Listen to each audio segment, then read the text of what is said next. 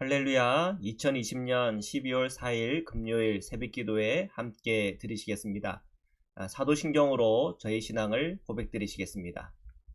전능하사 천지를 만드신 하나님 아버지를 내가 믿사오며 그 외아들 우리 주 예수 그리스도를 믿사오니 이는 성령으로 잉태하사 동정녀 마리아에게 나시고 본디오 빌라도에게 고난을 받으사 십자가에 못 박혀 죽으시고 장사한 지 사흘 만에 죽은 자 가운데서 다시 살아나시며 하늘에 오르사 전능하신 하나님 우편에 앉아 계시다가 저리로서 산자와 죽은 자를 심판하러 오시리라.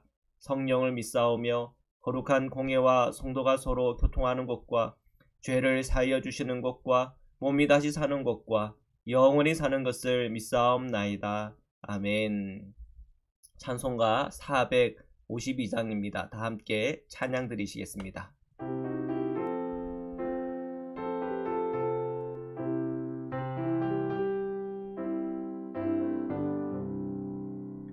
내 모든 소원 기도의 제목 예수님 닮기 원함이라.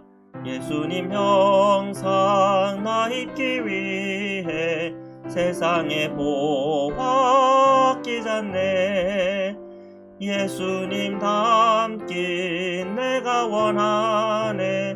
날 구원하신 예수님을 내 마음속에 지금 보도사 주님의 형사 인치소서. 무한한 사랑 풍성한 긍휼 슬픈 자 위로 하시는 주. 길 잃은 죄인 부르는 예수 그 형상 닮게 하옵소서. 예수님 닮기 내가 원하네. 날 구원하신 예수님을 내 마음속에 지금 보도사 주님의 형상 인치소서. 겸손한 예수 거룩한 주님 원수의 멸치 참으시사 우리를 위해 고난을 받은 구주를 닮게 하옵소서. 예수님 닮기 내가 원하네. 날 구원하신 예수님을 내 마음속에 지금 보도사 주님의 형상 인치소서. 아멘. 기도드리시겠습니다. 사랑해 주님 감사합니다. 오늘도 주님의 사랑과 은혜 안에서 또한 그 십자가의 능력 안에서 저희들이 함께 예배할 수 있는 은총을 주시니 감사합니다. 저희들의 모든 심령과 마음이 주님을 바라보게 하시고 예수 그리스도 안에 있는 기쁨과 은총으로 충만하게 하여 주옵소서. 저희들 함께 말씀을 읽고 묵상하는 중에 또한 그 말씀을 듣는 중에 그 말씀을 통하여 주님의 마음을 깨달아 알아가게 하시고 그 말씀을 통하여 분별하게 하시고 그 말씀을 통해 주시는 주님의 말씀을 순종할 때마다 주시는 주님의 복을 저희가 다 누리게 하여 주옵소서. 거룩하신 예수 그리스도의 이름으로 기도드립니다. 아멘. 우리 하나님의 말씀을 함께 보시겠습니다. 다니엘서 8장 15절에서 27절 말씀입니다. 15절입니다. 나 다니엘이 이 환상을 보고 그 뜻을 알고자 할 때에 사람 모양 같은 것이 내 앞에 섰고. 다니엘은 환상을 보고 그 의미가 무엇인지 궁금했습니다. 성도들도 만약에 꿈을 꾼다든지 어떤 환상을 보았을 때 그 환상의 의미가 뭘까? 그 꿈의 의미가 뭘까? 궁금할 겁니다.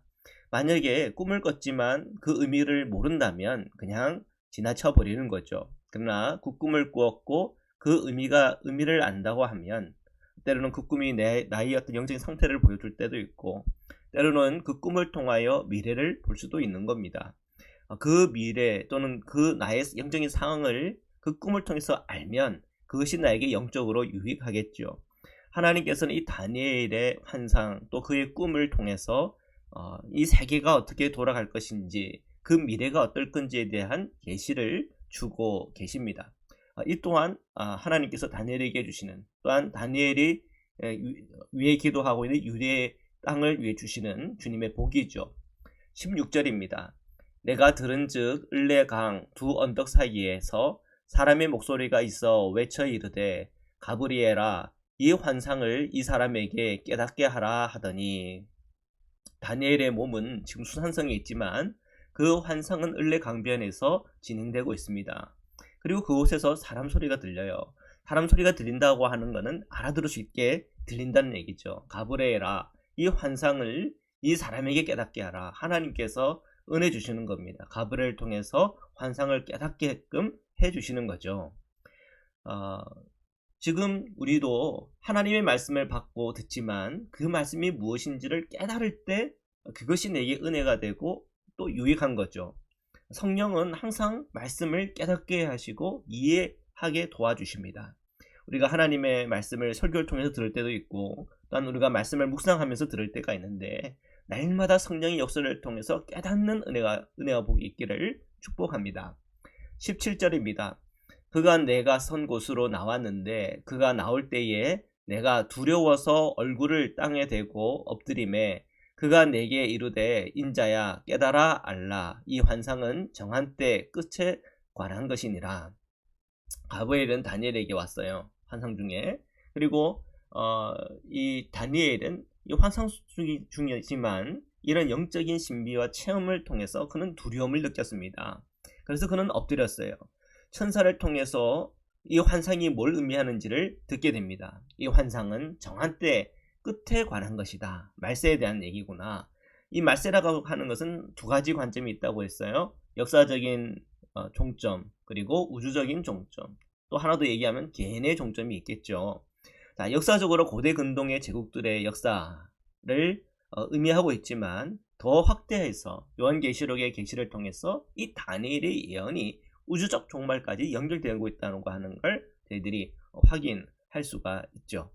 자, 18절입니다. 그가 내게 말할 때에 내가 얼굴을 땅에 대고 엎드려 깊이 잠들매 그가 나를 어루만져서 일으켜 세우며, 다니엘은 가브리엘의 말을 들을 때 깊이 잠들었다고 했습니다. 자, 그가 환상 속에서 어떤 체험하는 영적인 체험일 수도 있겠고, 하나님의 안식일 수도 있겠고, 아니면 그의 육적인 피곤함일 수도 있겠습니다. 제 생각에는 육적인 피곤함일 것 같아요. 왜냐하면 그가 환상이 끝날 때에도 그가 몸이 알아 누웠다고 그랬거든요. 육적인 피곤함을 나타낼 수도 있어요. 자, 천사는 그를 어루만져 깨워요. 아무리 육적인 피곤함이 있다 하더라도 하나님의 말씀을 받고 들어야 할 때는 또 그 육적인 연약함도 딛고 일어나야 하는 것이죠. 주님은 그러한 우리의 육적인 연약함도 다 아십니다. 그래서 주님은 우리에게 힘주시면 이런 연약한 육신도 넘어갈 수 있는 그런 하나님의 은혜를 주시죠. 다윗은 깨어 주님의 말씀을 받습니다. 19절에 이르되 진노하시는 때가 마친 후에 될 일을 내가 내게 알게 하리니 이 환상은 정한 때 끝에 관한 것입니다. 가브리엘은 진노하시는 때가 마친 후에 될 일을 알려주는 거라고 말해요. 그리고 이 환상은 정한 때 끝에 관한 것임을 다시 한 번 더 말해요. 그러니까 지금 다니엘의 환상은 그 마지막에 관한 주님의 메시지구나. 역사적인 종말 그리고 우주적인 종말까지 연결되는 중요한 주님의 메시지죠. 20절입니다. 내가 본 바 두 뿔 가진 순양은 곧 메대와 바사 왕들이요. 자, 우리가 어저께 큐티를 통해서 이 부분에서 좀 역사적 배경을 좀 더 충분히 다뤘던 내용인데요. 좀 자세하게 다시 보고 싶은 분들은 앞의 내용을 한번 더 들으시면 되겠습니다. 죄송합니다. 자, 메대의 이 다리오 왕, 그리고 메대와 바사를 통일하는 고레스 왕을 떠올려 봐야 돼요. 이 두 뿔 가진 수량은 이 메대와 바사 왕들이라고 얘기했잖아요. 연결이 되고 있는 겁니다. 결국 이 두 뿔 가진 수량을 통해서 바빌론이 망하는 겁니다. 자, 21절입니다. 털이 많은 수렴선은 곧 헬라 왕이요 그의 두 눈 사이에 있는 큰 뿔은 곧 그 첫째 왕이요.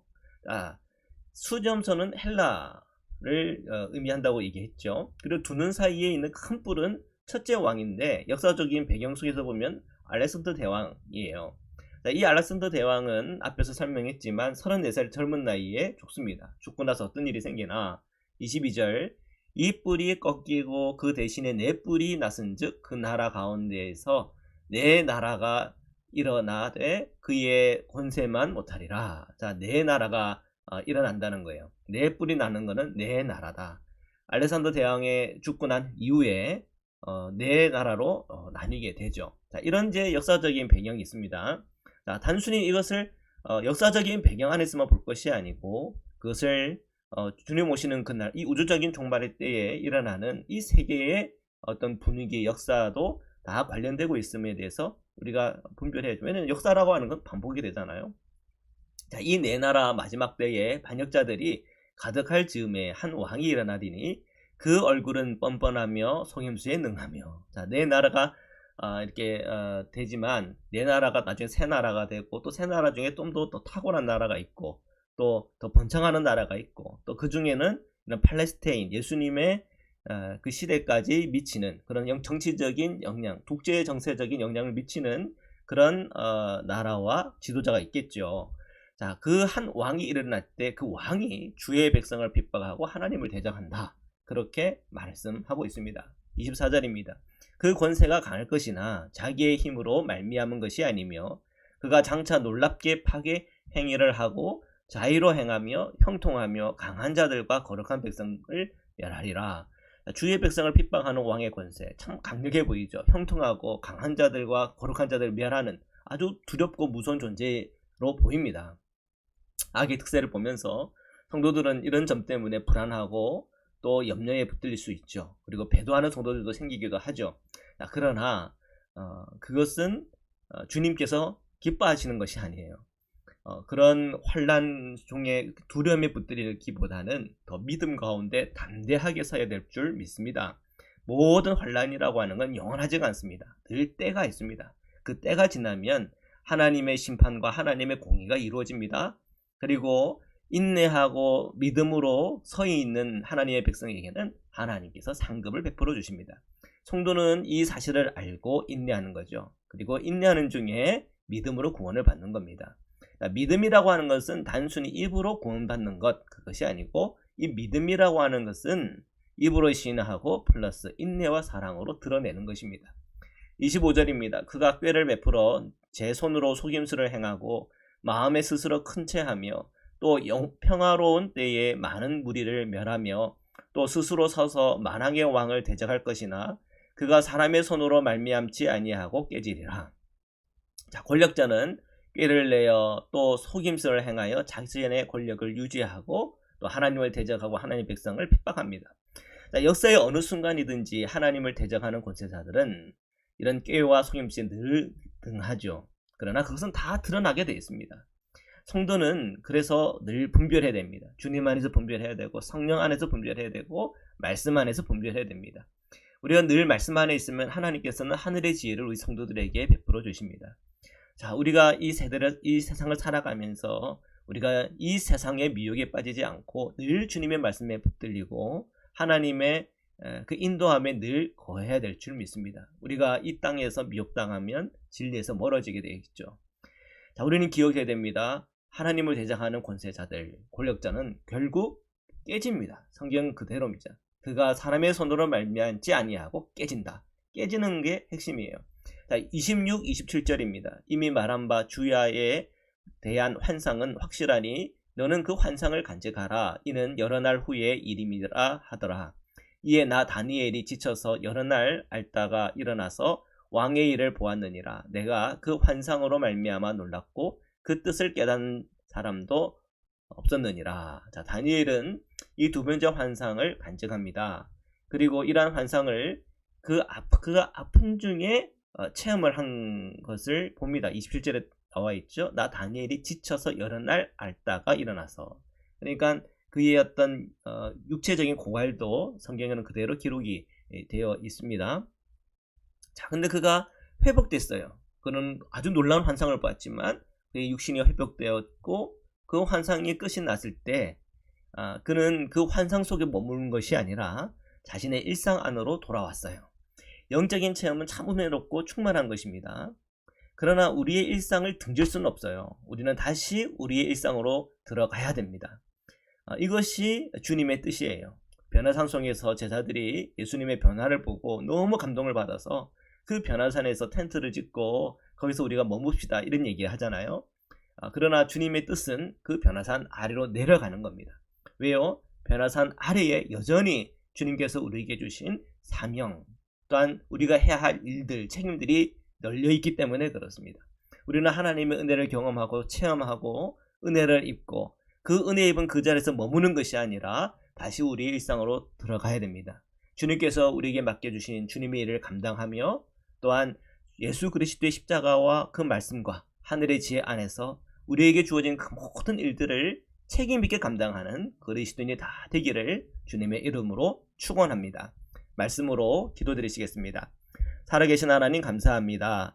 오늘 우리 성도님들 하나님의 말씀 안에 늘 깨어있게 하여 주옵시고 이 세상살이 속에서 여러가지 미혹과 거짓말들과 그리고 깨와 그런 여러가지 하나님의 그 진리에서 멀어지게 하는 것에 관하여 늘 저희들이 분별하게 하여 주시고 늘 오늘도 주님의 말씀을 선택하고 주님의 뜻을 선택하며 성령의 인도함을 받는 우리 모든 성도요 그리스도인들 될 수 있도록 축복하여 주옵소서. 코로나19으로 인한 위기의 어려움들이 있는 하루하루를 살아가고 있습니다. 하나님의 특별한 보호로 우리 성도님들을 보호하시고 우리 자녀들을 보호하시고 성도님들의 일터를 보호하여 주옵소서.